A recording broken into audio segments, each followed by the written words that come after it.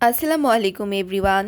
বরাবরের মতো আবারও চলে আসলাম আপনাদের জন্য চমৎকার স্বাদের একটি রেসিপি নিয়ে। আজকের পর্বে আমি আপনাদের দেখাবো সহজ ও ইউনিক পদ্ধতিতে চিংড়ি মাছ দিয়ে করলা ভাজি রেসিপি। এই ভাজিটা দেখতে যেমন সুন্দর তেমনই খেতেও অনেক মজার। এটা এতটাই সুস্বাদু হয়ে থাকে যে একবার তৈরি করে খাওয়ার পর বারবার এটা আপনাদের খেতে ইচ্ছে করবে। দেখবেন অতিথি আপ্যায়ন ও পরিবারের সবাই এটা ভীষণ পছন্দ করবে। সকালবেলা, দুপুরে বা রাতের বেলা গরম ভাতের সাথে অথবা রুটির সাথে এটা পরিবেশন করতে পারবেন। পরিবারের ছোট বড় যাকেই খাওয়ান না কেন এটা সবাই খুবই পছন্দ করবে। যে এটা একবার ট্রাই করবে আমার মনে হয় তার কাছে এটা একটা সিগনেচার আইটেম হয়ে যাবে। তো চলুন আর কথা না বাড়িয়ে আমাদের আজকের ভিডিওটা শুরু করা যাক।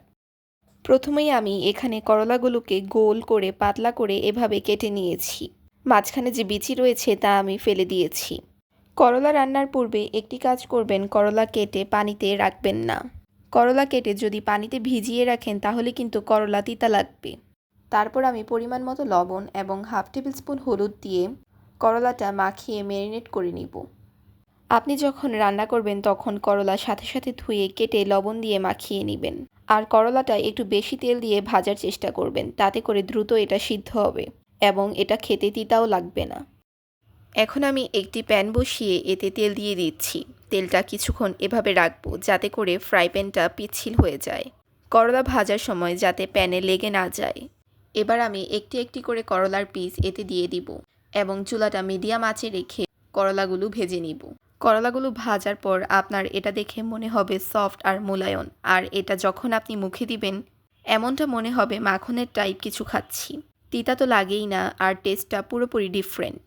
দেখুন এখানে আমাদের এই করলাগুলো ভাজা হয়ে গিয়েছে এবং এগুলো আমরা একটি প্লেটে তুলে নিব। সেম প্রসেসে আমরা সব করলাই এভাবে ভেজে নিব। এখন আমি চুলায় আরেকটি প্যান বসিয়ে এতে সয়াবিন তেল দিয়ে অ্যাড করব রসুন কুচি। এটা কিছুক্ষণ ভেজে নিয়ে তারপর অ্যাড করে নিব পরিমাণ মতো পেঁয়াজ কুচি।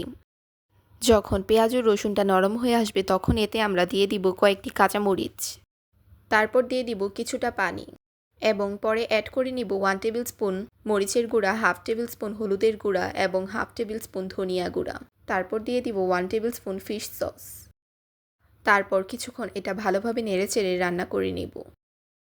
এখন এখানে আমরা ধুয়ে রাখা চিংড়ি মাছ অ্যাড করে দিব। তারপর এগুলোকে নেড়েচেড়ে ভেজে নিব। ভেজে নেওয়ার সময় চিংড়িগুলো থেকে সুন্দর একটা ঘ্রাণ বেরিয়ে আসবে। যখন চিংড়ির উপর তেল ভেসে উঠবে তখন বুঝবেন রান্নাটা হয়ে গিয়েছে। সবশেষে চিংড়ি মাছটা নামানোর আগে আমি কিছু ধনেপাতা অ্যাড করে নিব। চুলার আঁচটা একদম মৃদু করে নিব এবং চিংড়ির একটা সুন্দর ঘ্রাণ বেরিয়ে আসবে। দেখুন এখানে কিন্তু আমাদের রান্নাটা ডান হয়ে গিয়েছে। এখন আমি রান্নাটা পরিবেশন করে নিব। আপনারা একটি ডিশে এভাবে করলা বিছিয়ে রাখবেন, তার উপর দিয়ে চিংড়ি মাছটা অ্যাড করে দিবেন। এতে করে দেখতেও অনেক অ্যাট্রাকটিভ মনে হবে, আর মনে হবে নতুন কিছু রান্না হয়েছে এবং খুবই মজা লাগবে এটা খেতে। দেখুন এটা দেখতেও ঠিক কতটা লোভনীয় লাগছে। আশা করছি এটা আপনারা একবার হলেও ট্রাই করে দেখবেন এবং আপনাদের মতামত অবশ্যই আমাকে কমেন্ট বক্সে জানাবেন। আমার ভিডিওটি যদি আপনাদের কাছে ভালো লেগে থাকে তাহলে অবশ্যই একটি লাইক, শেয়ার এবং কমেন্ট করে দিবেন এবং চ্যানেলে নতুন হয়ে থাকলে অবশ্যই চ্যানেলটি সাবস্ক্রাইব করে আমার পাশেই থাকবেন। আজকের মতো আর কথা না বাড়িয়ে আমাদের ভিডিওটা এখানেই শেষ করছি। সবাই ভালো থাকবেন। আল্লাহ হাফেজ। আসসালামু আলাইকুম।